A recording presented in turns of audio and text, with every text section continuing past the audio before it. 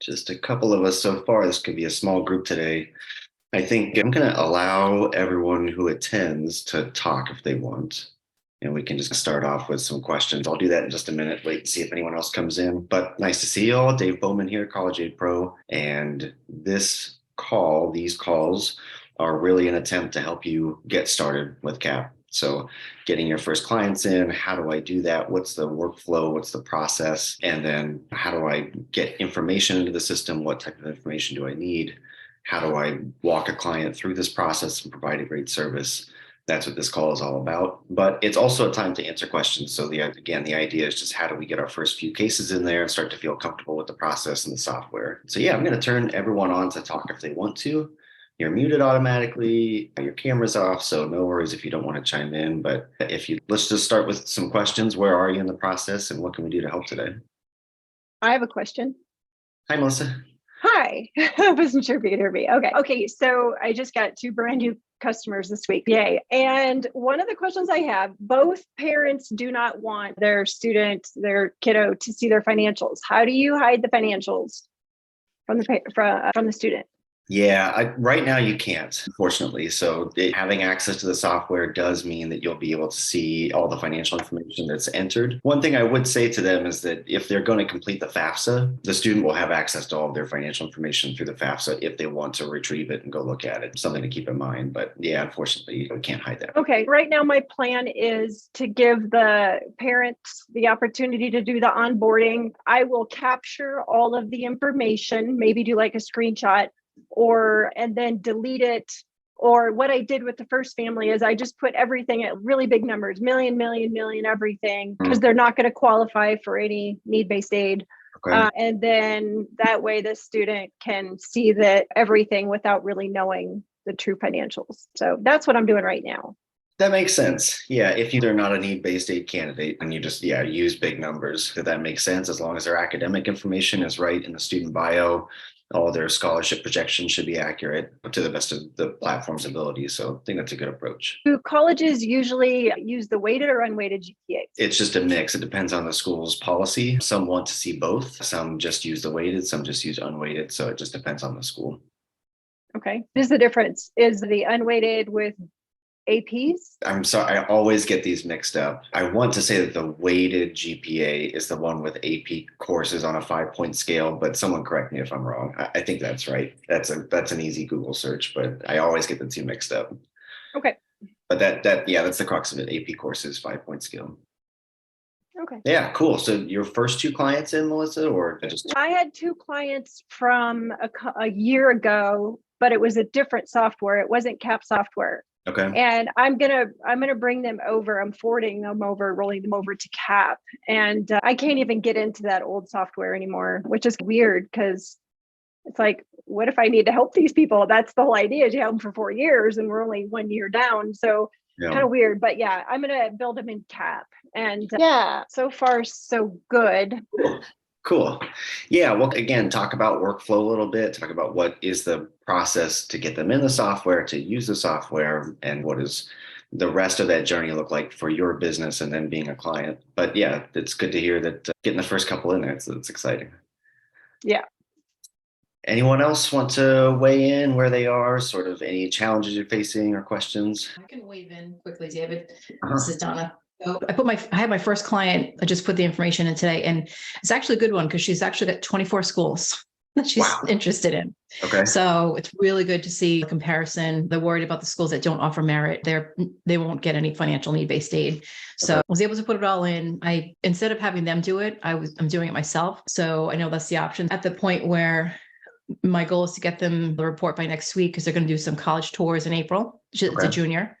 So it's good timing. I don't have a ton of questions yet. I just started to poke around in the private scholarship section, which I forgot about, which I think is important for students that won't get that financial need-based aid. And quickly, I guess I'll ask, if you just put in a couple of qualifiers, like she's from Massachusetts, it should come up with like potential. I started looking through and it was like a variety of scholarships available, like some for someone over 25 going back to school. So it's pretty much kind of wide open. Is that right? That's right. It's just a big database of scholarships. Okay. I'll share my screen so everyone can kind of see. We'll take a quick look. Okay. Yeah. So the private scholarship engine is down here. Yeah. It's into a sort of a separate tool. And yeah, you're right. So these are all different types of filters. Where are they Yeah. from, area of study, and then it's all keyword searchable as well. Okay. Yeah. You'll see, actually, I just learned this recently that if the deadline has already passed, it's marked as old, but you can sort by deadline. So just Okay. ones that still have a deadline up at the top. Okay. So one more question. When the parent and student have access to this, they'll be able to go here, correct? Yes. Yeah. Okay. As long as under manage client access from your dashboard, as long as the private scholarship checkbox is checked, then they'll have this. Okay. That's good to know. Thank you. Mhm. Yeah, the way that we coach that sometimes is, what do private scholarship mean in the process? They're not a huge source of funds for most families, but a lot of families do ask about them, which is why this is in here. There are other search engines very similar to this one. If the client signs up to those, they're just going to get a bunch of spammy emails. So it's a benefit of using this one instead. And if after need-based aid and institutional scholarships, after those things, if they still have enough of a funding gap that they really need to figure something out, that's where this comes in. It's just the cherry on top. And we coach that it's a good as for students. Come in here, find 10 scholarships that you think are going to be good to apply to, favorite them. You can go find them under your favorites. And then step 2, obviously, is apply. All right. Great. Thank you. Yeah, thanks for that question. Anyone else have any thoughts about just getting started, challenges you're facing, anything like that? No, cool. Okay, yeah, so I'll just run through what I think would be valuable to cover. And that is just, again, how do we get our first cases in here? So there's sometimes some hesitation to start using this with real people until you feel like enough about college planning that you're not going to get stumped. I would really set that aside and take a different approach that you are investing in yourself and your business to learn how late stage college funding works. How does financial aid work and scholarships and things like that? There's so much to know. Like 3,800 schools across the country, each is their own business and has their own policies. There are a lot of sort of steps in this process. And so we have to take the first step. If we wait till we know everything, we'll never get started. So instead, I would really approach it from a testing perspective. I'm trying something new that you're going to know a lot more than the folks that you talk to. You may not have answers to all of their questions, or they may know certain things that you don't about the process from their own research. But overall, you're providing a framework and a process and a bunch of really valuable information to help them through this that they won't have otherwise. And approaching that with a friend, a coworker, a neighbor, a family member, someone you can test with, a current client. Now, if you've got someone who doesn't mind being a guinea pig, and just say, hey, I'm trying this thing out. Would you mind going through this with me? Give me feedback. Any questions that I can't answer for you, I'll reach out to the platform providers, CAP. Just shoot us a message here in the help desk, and we'll get right back to you with answers on those technical questions that maybe you don't know the answers to right away. Step 1 is just identifying someone and getting over some of that anxiety. That's not the case for everyone, but we do have a lot of advisors who feel like, I just don't know enough to start. And I think the way to approach it is to start, learn by doing. So that's step 1. And then step 2 is just from your clients tab. I'm not going to click on mine so I don't show everyone's clients, but just from the clients tab, click add new client. And I really start, I think, with you can ask the client to onboard themselves via a discovery phase where they just answer all the questions that are in the facts and the budget tab. And they also have an option to upload documents at the end of that process. You can have them do that. I would, at least with the financial information and the budget, for the first few cases, I would enter that information yourself. Are you all seeing my screen okay? Yes. Okay, cool. There's the weird message saying my share is loading. Okay, thank you. Yeah, so the first few cases, I would really enter the information yourself or with the client. Again, if you're really comfortable just testing this out and doing it together for the first time. If you have time, and especially with an existing client where you have a lot of this information, tax returns, assets, home equity, stuff like that. If you have time, in the Academy, our College Aid Pro Foundations course is a 2.5-hour step-by-step guide that takes you through every part of the process in the software. What does every button do? So it's a cool way to get oriented if you've got the time to do it. But otherwise, data input, maybe the first time takes 30 minutes, but if you're in a group, it should really take 10 to 15 minutes to put all the information in. And we're starting with a lot of basic information that you probably already have about these folks. Zip code and state are specifically very important, obviously for in-state, out-of-state tuition, but all of this stuff matters. Household size, do they file a Schedule 1? the birth years of the parents impact the financial aid formulas. The only things that are not impacting our projections here are like phone number and email. So that's the first tab. And anyone, please just jump in and stop me if you have questions about any of this. But this is really either prep for meeting one or it is meeting one. We're just, even if you've entered all the facts or they've entered all the facts, I would still suggest that just a data verification process is the way to kick off, at least using the tool, maybe not your conversation, but at least jumping into the tool and doing some analysis. We do have hints for every one of these fields, and they can get a little hidden. If you scroll down, you won't see them, so you gotta go up to the top here. But hints for every field will tell you exactly what line of the 1040 or what part of the W-2, those types of things, where to find all this information.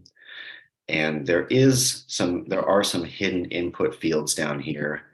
They're less common. Some of these things are quite common, and then others are less so. Again, if it's here, it's important. Maybe it's pretty easy to run through these real quick and check the box. No, none of this stuff applies. But if it does apply, we do want to get that information in. It will impact the need aid formulas. From there, we're on to assets, and this is a married family. So this is considered one household, John and Jane. And so in that case, we're just totaling these fields up. So if this is the total of their bank accounts. So if you just want to put them all under one parent, that's totally fine. Or if you want to split them just for accuracy, that's cool too. Net worth of investments is just your taxable investments. So really, you could combine both of these. They're treated the same, but it's just taxable accounts, stock options, bonds, things like that. Okay, home equity is one with a little bit of gray area. We coach not to use like a Zillow value. We're not trying, and this is the approach to this whole, we're trying to look as poor as possible for need aid purposes. Again, if you know that this person makes $500,000 a year and they got $1 million in taxable investments, they're just not going to get need aid. Maybe it doesn't matter. But for anyone who is in that on the bubble zone, or they are going to demonstrate some need, probably, we want to look as poor as possible. So for home equity specifically, if you can use the tax like auditor's value for the real estate taxes, that's generally a defensible lower value for the home. And then just, of course, net out any mortgage or debt on the home. But that's true for input here and also on the financial aid applications. We want the lowest defensible value. That's the same for a business. So while you and your client might think that their business is worth $1 million, and it may very well be, if we can just say hard assets minus liabilities and defend that as the actual value, it's non-marketable, it's closely held, something like that. If they do have a business valuation, a formal business valuation, ethically speaking, you really should be using that as the business value. But if not, then there's some wiggle room there. A quick note on the business. First questions, we get questions about real estate. What if my client holds their real estate in an LLC? Is that reportable? The business is still reportable. The LLC is. As of right now, if your business doesn't have over 100 employees, rules used to be and are for this current school year that the FAFSA is not going to look at the value of the business. The CSS profile, those private schools using the institutional consensus methodologies, they will look at businesses with less than 100 employees, but the public schools using the federal methodology based on the FAFSA would not. That's changing. So you'll even see in your 4-year projections, if someone has a small business that doesn't have 100 employees, at the federal schools, their EFC is going to be lower for 2023, 24, 2022, 23.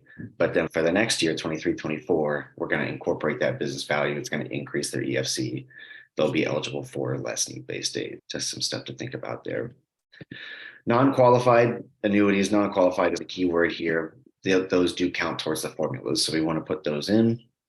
I would also just put cash value of life insurance. I would put under one of these buckets because that's not counted towards the EFC formula. We don't have a field for it. It's silly. I don't know why. We should, but if you can just put it in here or leave it out is even better. But retirement plan values do not count towards your EFCs for any of the methodologies. We think that if you're doing this as an initial introductory service, you might want to know about those values.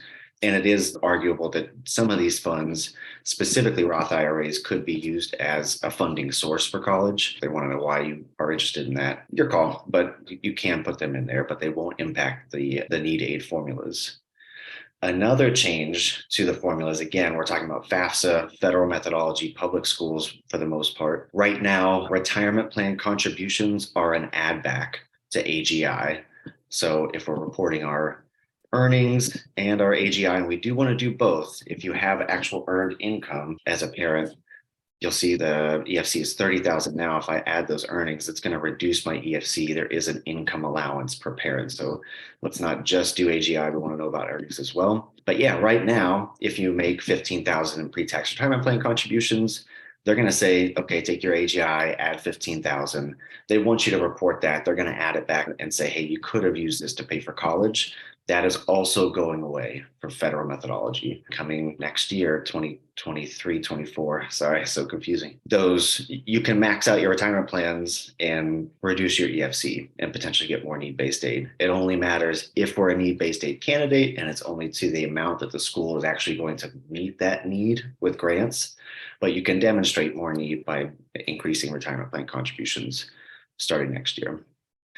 Okay, talked about assets, really the same fields for the student income and assets, a little bit less data gathering here for the student, assuming they don't have a small business or real estate, or actually do have business, but not real estate. And then into the student bio. So what some folks are doing is, let's say you have an existing client, this is your first case, you're going through the foundations course, you're entering in all the information you already have, the bio, income, and assets, that information. You could then invite the family to a discovery phase and say, hey, just jump to the student bio portion and fill out this information. This is stuff I don't know, GPA, weighted GPA. Let's see if there's an answer here to our question.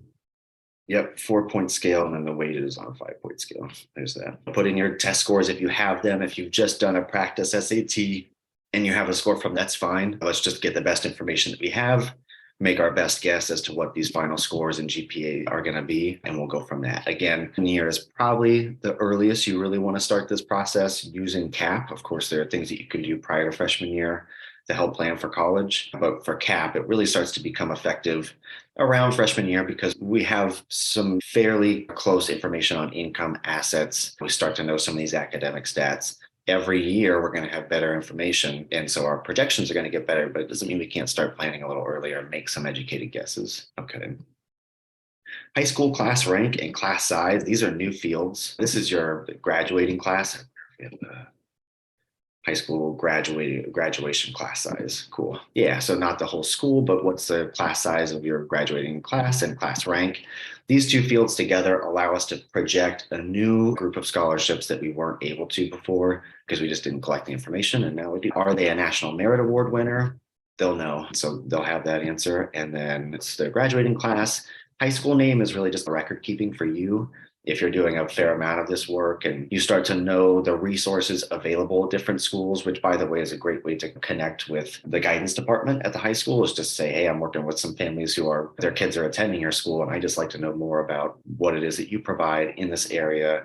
Here's what I'm doing to supplement. It's not a competition with what you're doing, or there's not much overlap. We're really focusing on projecting aid and scholarships and projecting loan amounts and things like that. 99.9% of guidance departments won't be doing anything like that. And so they should find it valuable, but that's a kind of a cool way to open the doors, just curiosity about their programs. And then a major, this is going to impact our outcomes projections, where we show what is the starting salary that we'd expect on average from a student with this major coming from this school.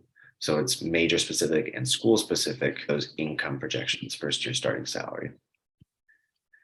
And then siblings we do want to know about, especially if there's overlap in students at school. Again, right now, if you have two kids in school at the same time going to college, higher education expenses, that's going to reduce your EFC. It's like a 40% reduction, something around there. It's not quite half, but they do reduce the expected family contribution, taking into account that you have greater family expenses for college. That's going away. Again, next year, our projections will show that you get that multiple family discount. And again, we're just talking about the federal methodology in FAFSA schools. You're going to get that discount this year. You're not going to get it next year and going forward. We don't think that the private schools are going to follow suit and take away that multiple student discount. We don't know. We've talked to a lot of financial aid administrators, and the ones that we're speaking to are saying they're probably not going to implement that and some of the other changes because they don't have to, but it remains to be seen. It'll be a case-by-case basis, and we really won't know till we see awards this time next year. By the way, we are doing a webinar tomorrow on the FAFSA Simplification Act. All these this year, next year changes that I'm talking about, that's all from the FAFSA Simplification Act, and we're doing a webinar tomorrow morning on that. I will make sure to actually, if you'll give me just 1 second here, I will pull the link for that. Any questions while I'm grabbing this link? Anything coming up for you? Anyone who has a couple cases in and is feeling pretty good about the process, just checking in to make sure, see if they can pick up any nuggets. Okay, no worries. Just a moment. Sorry for this scheduled break in your programming. Okay, down the chat. Cool. There's the link for that event tomorrow. Should be really good. I'm going to tune in. There's a lot that's not totally clear. It's guidance right now. You may have seen or may not have seen that the FAFSA is normally released, I think, on October 1 or 15. I can't recall if it's October 1st or 15, but it's right now they're saying they're not going to release the FAFSA until December 1 this year, which is unprecedented. It's pretty weird. There are a lot of state programs and other programs like school deadlines that say you need to have your FAFSA in by November 15th or something, like the financial aid priority deadline for most schools. The earliest ones that we know of are November 1. So we always coach, have your financial aid forms done by November 1 to be safe and make sure you're meeting all of the financial aid priority deadlines at the schools. This year, there isn't going to be a FAFSA prior to November 1. It just makes you more valuable for these folks. Continue to tune into our webinars, but that one tomorrow is going to talk about some of these things. What's the plan? How do we handle this? What should we be aware of? Are there opportunities that come out of this? And there are. So tune in if you're curious about that. Okay, siblings, that's basically all the data input in the facts section. So again, first meeting, just go through this line by line with them. Also, again, if you're doing this as an introductory service, there's nothing more effective in my mind for uncovering other financial planning needs than talking about every field on its own, especially when it comes to assets, home equity, net worth, things like that. I find that's a really effective way for folks to just have their memory jogged about their own financial situation and open up and ask other questions or mention other needs, which I think can be quite helpful for you and for them. Okay, step 2 is the budget. This is probably the only field where it's just, yeah, we have an account statement that tells us what the number is. Our current 529 savings plan balance, that's for this one student. Keep in mind that the budget tab, the numbers you enter here are not going to impact your need aid or merit scholarship projections in any way. What the budget is for is once we do project those things and have a net cost, we're going to compare the net cost to your budget to see, are we going to have to borrow? And if so, how much? So you're not double counting things if you put 529 savings in here and back here under a net worth of investments. This is like everything, we have notes on this, and this is really almost a script for this conversation. So if you're just going through it the first time, just read through the hints as you go through this, and it unfolds this conversation about, okay, what do we have for this student for 4 years for Bobby? What's our current balance of our 529 for Bobby? Are we making any additional contributions? And if so, for how many months? That will give us a start of college balance. We don't apply a rate of return to this. We just assume you're later in the process in high school, investments are not so aggressive, hopefully, and we don't project any rate of return. So it's just simple arithmetic here. Any other assets you can put towards the cost of education? Do you have stock options, taxable account, Roth IRAs, just cash in the bank? Cash flow is probably the biggest contributor that folks don't initially think about when they first come to you, and can be a huge stress reducer for them, saying, hey, you're already doing $200 a month. Plus, you've got Bobby at home right now. He eats like crazy and it costs a bunch of money to take care of him, travel, sports, whatever. Once he goes off to college, can we continue some of that? Can we continue to cash flow some of that expense? That's going to make a big difference over 4 years. And so when parents see that they have kind of some resources they didn't think about, that can be very helpful. And parents are feeling guilty in a lot of cases. They're afraid of what they don't know. They know this big expense is coming and they feel like this is all they've done. And it's not a judgment of a large savings or a small amount of savings. It's just, this is what we have. And we're comparing it to the sticker prices that we see. We can see that we're way behind. So just helping them go through this and see it's okay. There are other ways that normal folks should shop for college. You're going to be fine. We're going to help you through this. It can be helpful. It also empowers them to make a an actual informed buying decision and investment in this process, as opposed to their kid got into their dream school and they can't afford it. And so they're just going to take out loans because they feel like it's their fault. This kind of removes some of that shame and guilt, hopefully, this budgeting process and the whole process, hopefully, so they can maybe take a more, just a stronger stance with their kids about, hey, this is an actual buying decision. We need to think about it that way, as opposed to a lifestyle choice or something like that. Okay, so the American Opportunity Tax Credit, if they qualify for this based on these phase outs, their MAGI, a note to self, it's a specific MAGI calculation for the AOTC and some other credits.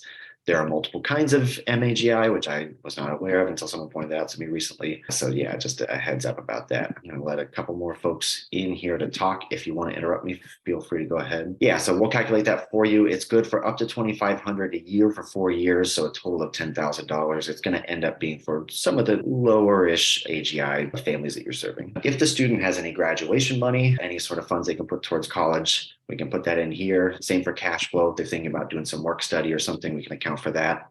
And then grandparents, aunts and uncles, anyone else in the family who said they want to help. Maybe this is where you start the relationship. Maybe your clients are grandma and grandpa, and we're bringing in the next generation, their Gen X kids, to help them with this process, and also engaging the next generation, their kids who are going off to college. It's just a really powerful way to have a multi-generational conversation about college.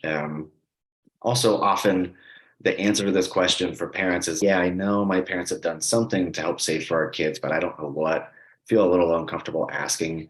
Now is a good excuse to uncover that. We're doing some real planning here. We need to create a budget. When you tell us what you've saved for the kids and what that looks like, or what you're willing to commit. So we're going to help them with that. And then hopefully at the end of this exercise, we see that we've got more money saved than we thought we did at the start. It's not just the 40,000. There are a lot of other resources, and we're a lot closer than we think we are. Maybe we thought we were, to being able to pay for this thing. Any questions about the budget? All good there. Cool.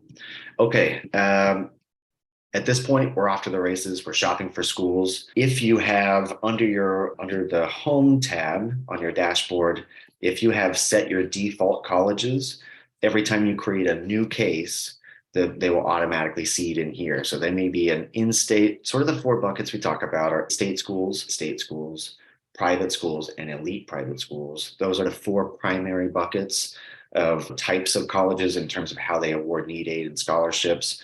So if you want to seed every client case with a few schools, that's what I would start with. And then there may also be just some other big name schools or common choices that you want to, especially if you're working with folks who are a little earlier in the process, they may not know what schools they're thinking about yet.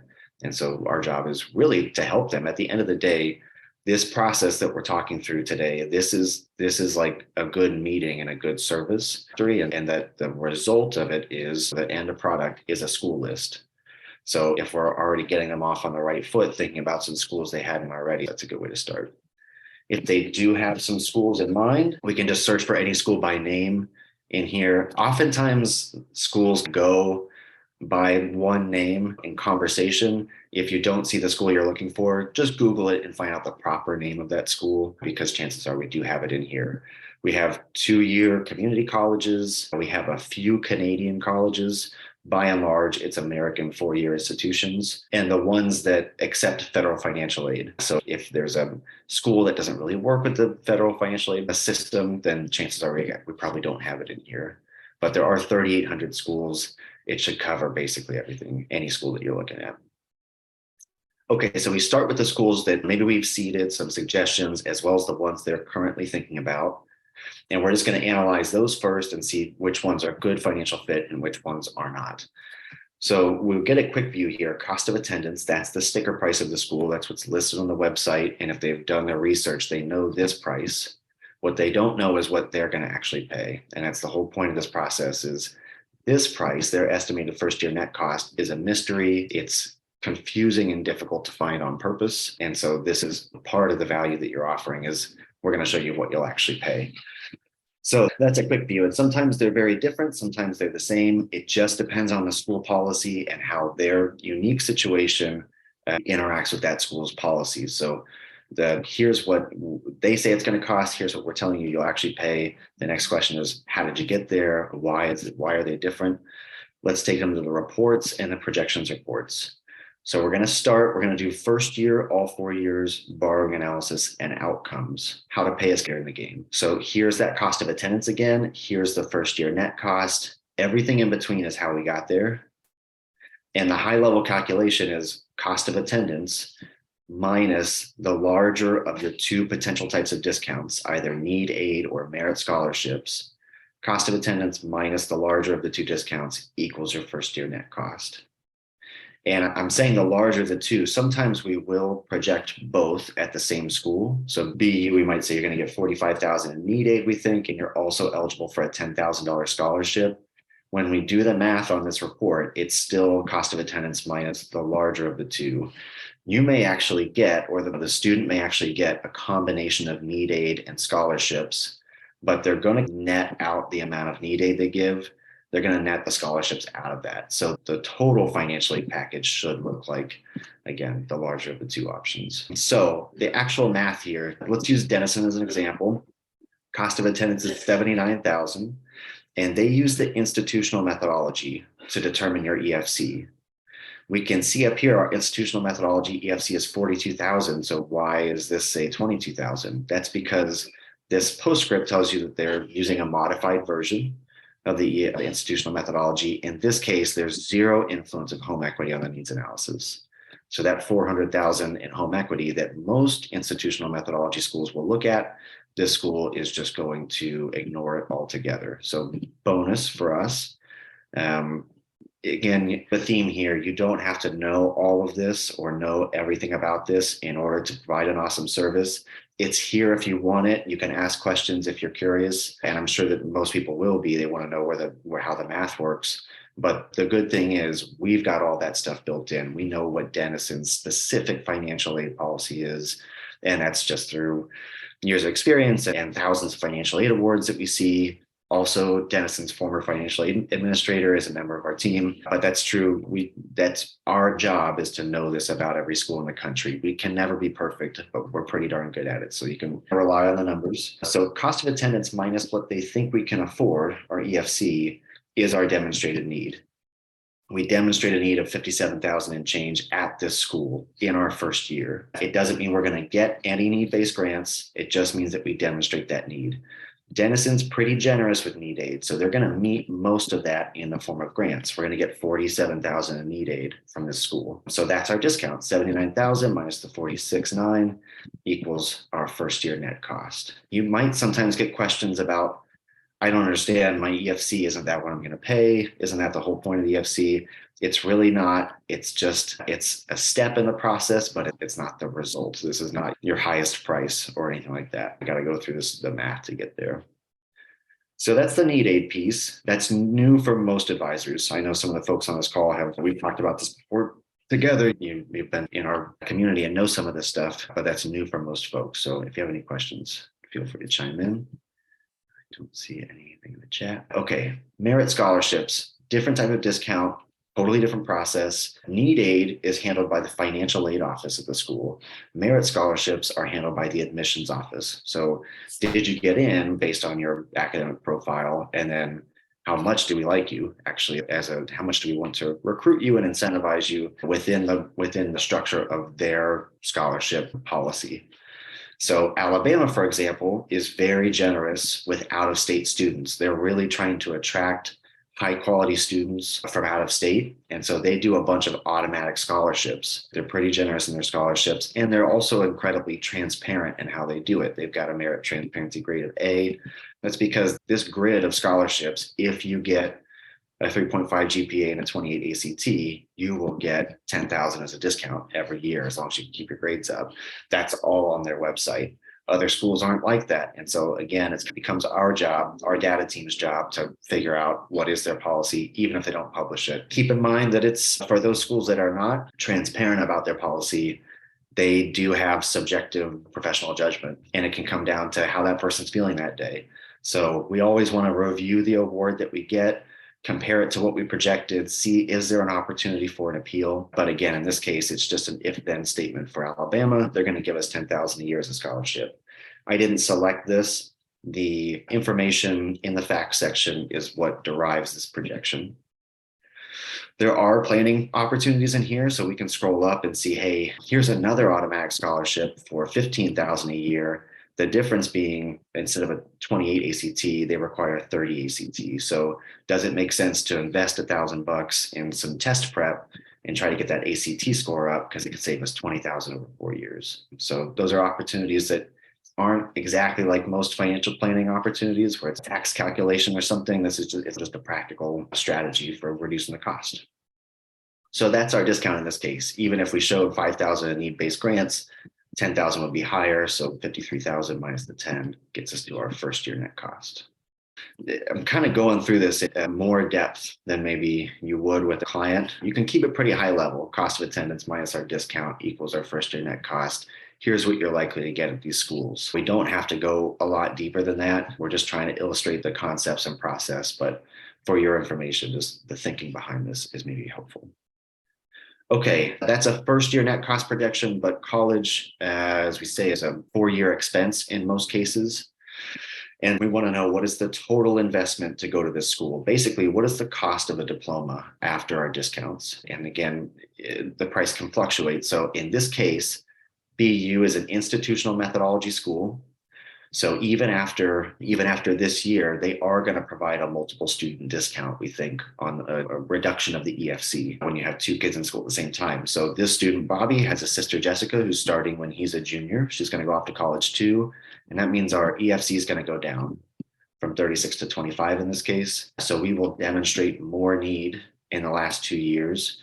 We're going to get more need-based grants, and ultimately our price will go down in years 3 and 4. So this is the total of our net cost for all 4 years. And again, the purpose of this exercise in many ways is let's not rule BU out. Let's not rule any schools out until we know what it actually costs us, because this is not what everyone's going to pay. It's not what most people will pay. What is important is what your family will pay. And that's this number, which is difficult to derive. Anyone who says they went to the school's net price calculator and they know what they're going to pay, you can let them know that those are super unreliable. In many cases, they have to have one. Each school needs to have a net price calculator on their website. They don't have to make them accurate. They're under no obligation to make those accurate, and they generally don't ask enough questions with enough specificity to actually provide an accurate net cost in many cases. Not always true, but in many cases that is the case. Okay, so now we know the total cost of a diploma at the school. And we're going to compare that to our budget. Again, this is the first time the budget is coming into play in the projections. Nothing that we put in here has anything to do with our net cost projection. The budget tab is simply to compare what resources do you have to what is the net cost. And if there's a difference, that's a funding gap. If we can't reduce the cost or increase our budget, that funding gap is going to be met by loans if we go to the school. So we're projected to borrow $50,000 at this school for an undergraduate degree. The next logical question is that too much to borrow? Parents, we don't really have societal norms, I think, on what is a proper investment in education, what is a right amount to pay, right amount to borrow. We really focus on the borrowing, but you could certainly make an argument that just because you have a budget of $300,000, it doesn't mean that every school is a good financial fit. You can pay the bill, yeah, but do you want to? If you can go to a school that's going to provide just as good an education for $150,000 less, is that a better choice? So we really focus on the funding gap, though. What would you have to borrow to go to this school? And then the is it how much question, which is subjective, of course, but that is the affordability profile here. So ideal, great, good, and caution. These are our classifications for if you wanted to. I had someone challenge me on this the other day. I said, hey, if you were just going to show families one report, I would just show them this one. And I said, they need to know all this other information. You're absolutely right. They do need to know all this information.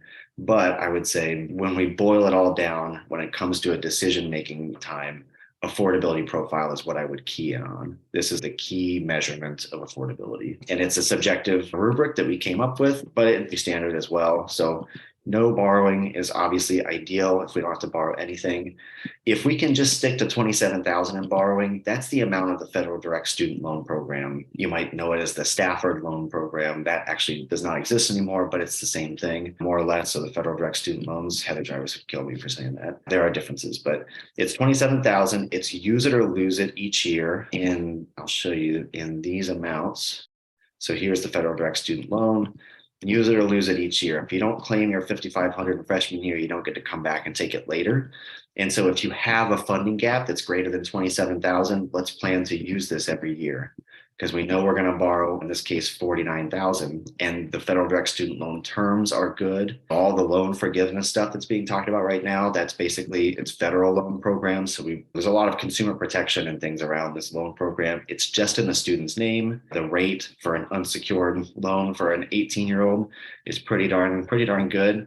I don't think there are origination fees on the federal direct student loan either. So anyway, let's not pay the first 2 years off with our 529 and come back and start borrowing later, because we're going to have missed these loans and we'll have to borrow from private lenders, which is, the terms will not be as good. But yeah, so if we can stick to just that program, 27,000 or less in borrowing, we think that's a great outcome. If we can borrow less than we expect to earn the first year out, we still think that's a good outcome. What is the rule of thumb?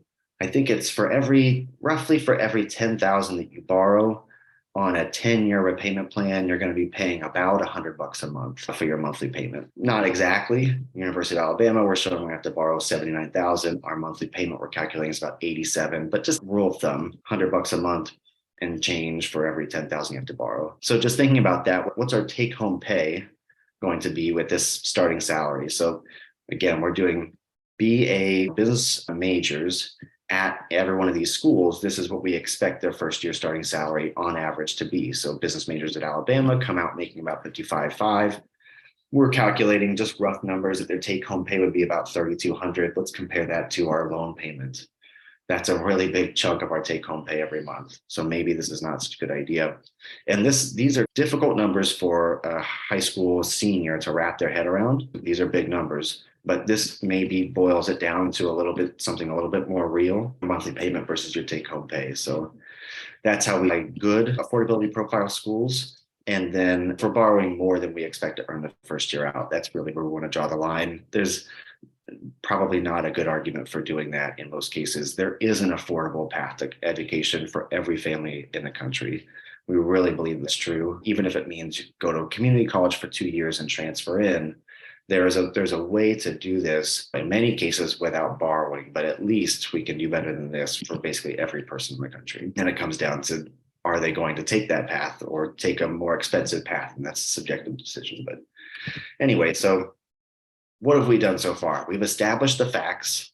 When we did that, by the way, our EFCs were calculating in real time. I made that change in earnings and we saw that happen. So if parents are asking what their EFC is, we're going to calculate that for you right away. We've helped them establish their budget and hopefully reduce some stress and anxiety, showing them that there are other resources that they didn't realize they had to pay for school. We've entered in the schools they're currently thinking about, as well as maybe just some kind of greatest hits for the region to give them an idea of what's out there. Then we've taken them through the projections reports and illustrated the concepts of how do we get to net cost? What is the 4-year cost? Will we have to borrow and how much? And ultimately, is this a good idea financially speaking or not? If we can't get some of these schools out of the caution zone, if we can't reduce the cost or increase our budget so that we're not borrowing $153,000 for an undergrad degree, we need to take Clemson off the list. And this is where the tough part of the conversation comes in for a lot of families, I think. But they really want to go to Clemson, and they visited the school and they fell in love. And if we get in, they're going to commit. And that's where you have to say, okay, but this is a disaster. And they're going to be burdened with this for the next 10, 20, 30 years.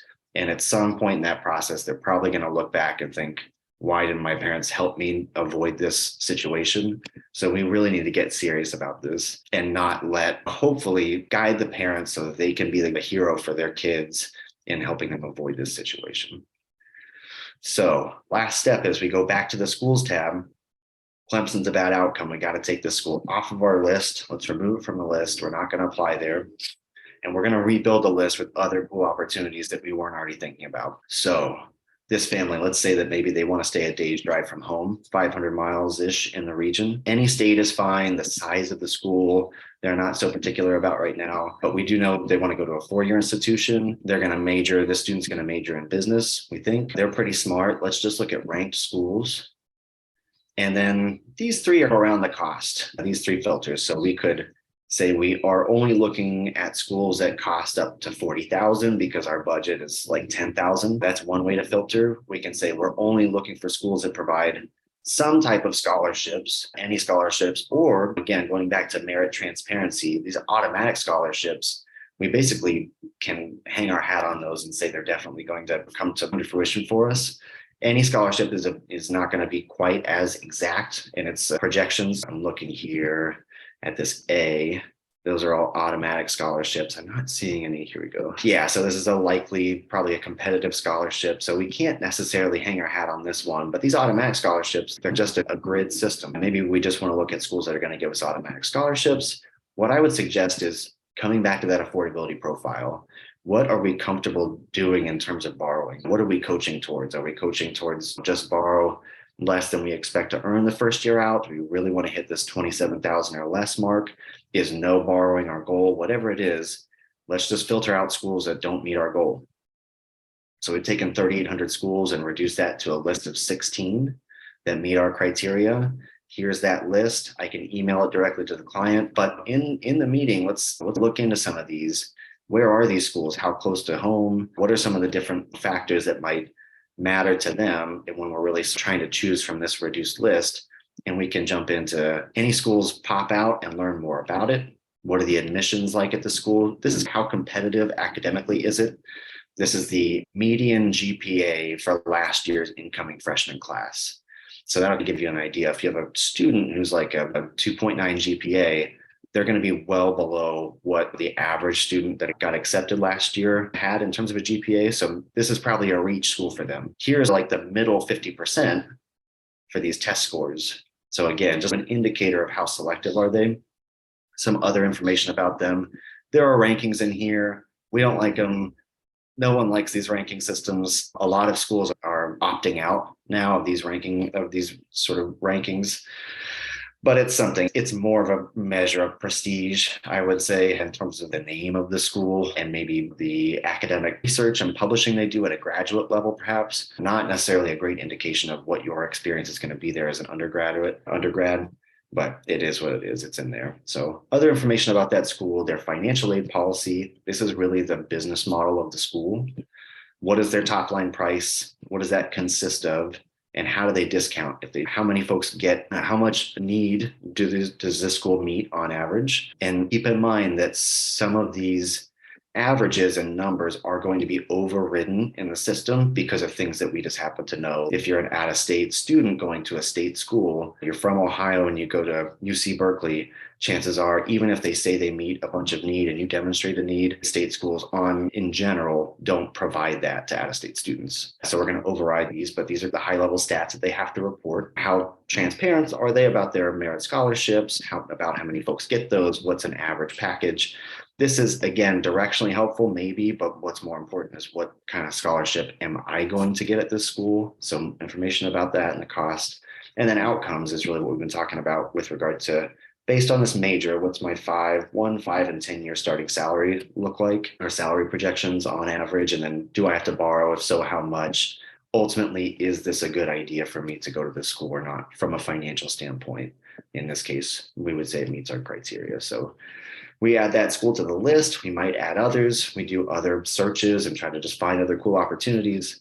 And then ultimately at the end of this, let's call it a 90-minute meeting, and we see advisors charging between $300, $500, $1,000 for this service, depending on how much additional follow-up and maybe other meetings you're willing to have with the client on this. But just what we went through today, building a school list, eliminating bad choices and adding good ones, this is that service. And so you can provide them with a report, export any of these reports that we were looking at. The first year, 4 years, borrowing and outcomes are maybe what I would suggest, as well as the schools themselves. And you can, any of these that you want to include. We're not to that place yet where we're actually getting financial aid awards and entering those and analyzing those. That happens for seniors right now, so March and April. But assuming we're working with someone who does not yet have their financial aid awards, we're really trying to help them build a school list. Those would be the reports that we use when we want to use the actuals reports. And then we can also invite that family to their family portal. After this meeting, I'm going to be providing you with an invitation to use this software yourself. Continue to do research, use the private scholarships tool, shoot me emails. If you would like help with other steps in this process, which include filling out the financial aid form the fall of senior year, understanding and translating the financial aid awards that they receive from the schools they get into. What did I really get at the school? The letters are confusing. Comparing those on an apples to apples basis, potentially helping them appeal their financial aid awards. This is one of the coolest strategies in college planning. You can write a letter to the school asking for more money, and it's not uncommon to get another $5,000-10,000 a year and save $40,000 for one student because you wrote a letter just asking for it. There's more to it than that, but really cool strategy. And then ultimately coming up with a plan for how to pay. If you want to do those things, that's stuff that we do for ongoing financial planning clients. We also manage your investments and help you with your taxes and whatever else it is that you do. That's the workflow that we coach. So it's all in this quick start guide. We're going to send this to you as a follow-up, but here's what we talked about: how to get your first case in, some resources for getting started. You join us next week. And then here's the meeting agenda that we talked through. Facts. Pre-approval is now budget. I need to update this. It's that budget tab, putting schools in, going through the reports, refining the school list, and then repeat as needed until you got a great school list, and then giving them access to the portal or a PDF report. And then again, everything we talked about as additional services that you could provide as part of a comprehensive planning engagement. Those are all listed here. And then some more support resources. We've got freshman, sophomore, junior, and senior year-by-year guides talking about what do we need to talk about with families at this stage in the process. And if you have questions, we're here to help. We do roundtable webinars like this, but more Q&A on opposing weeks. So this is every other Wednesday. The roundtable is on the opposite Wednesdays at 9 a.m. Pacific time. So you can register here and jump in our community, ask questions, post case studies, let us know how we can help. We're a little over time. I'm happy to hang on for a little bit and answer any questions if anyone has any, but otherwise, really appreciate y'all joining today. All Hey, good?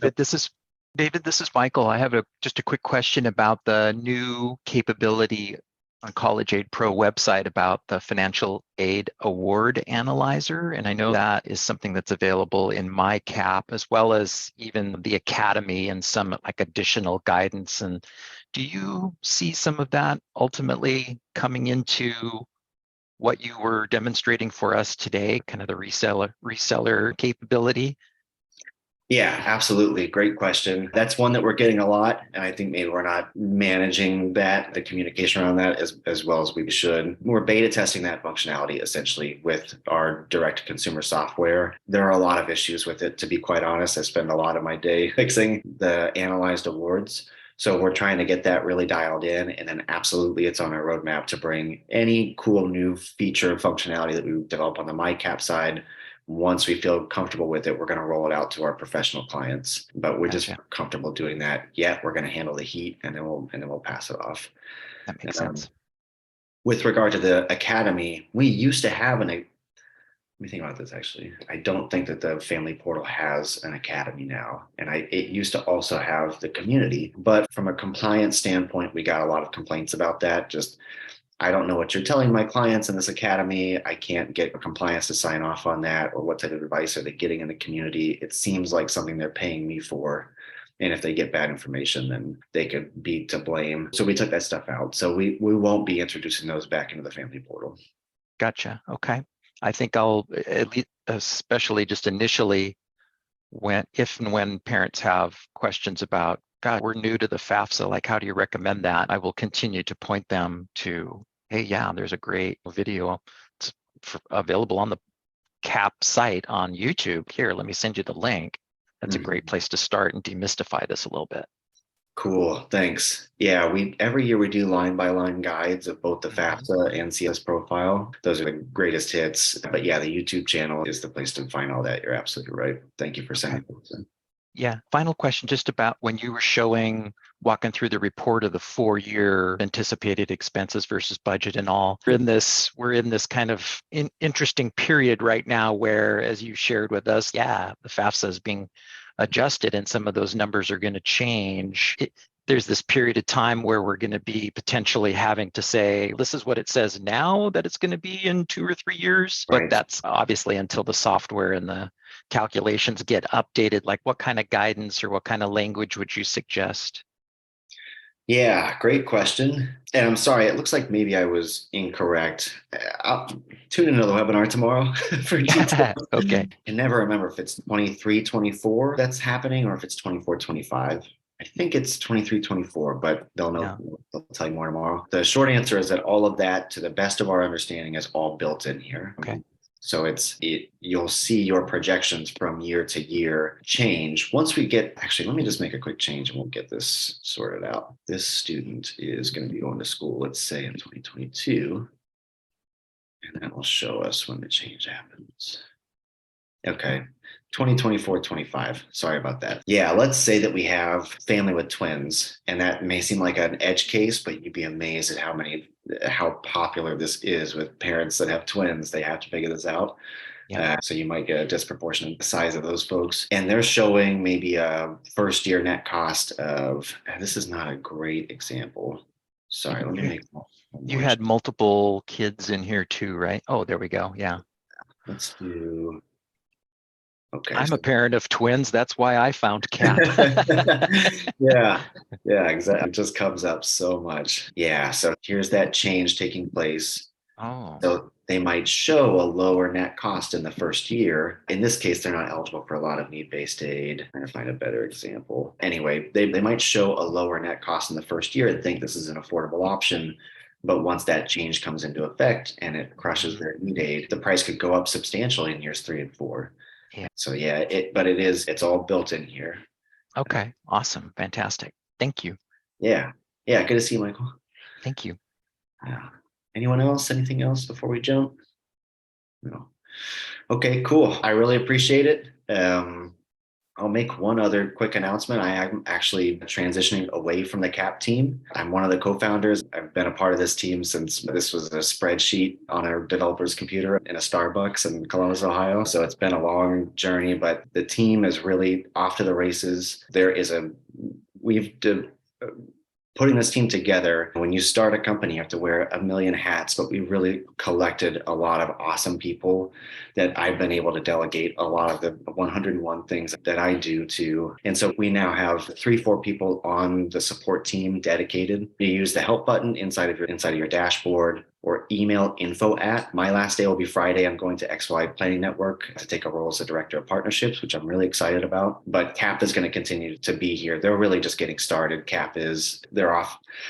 They're off and running. So the software will continue to be enhanced. We're always going to partner with advisors to support you all and support your practices. That's our roots. That's our DNA. It's where we come from. So I just want you to know that the team's got your back. I won't be here on these calls anymore or taking a lot of email support, but reach out to me on LinkedIn if there's anything I can ever do. It's always just a pleasure to get to know and help all of y'all. Hopefully what we provide is helpful. So I appreciate it. And with that, I'm going to bounce. Hope everyone has a great day and take care. Thank you, David. Congratulations. Thanks, Michael. Appreciate you, man. See ya. Okay.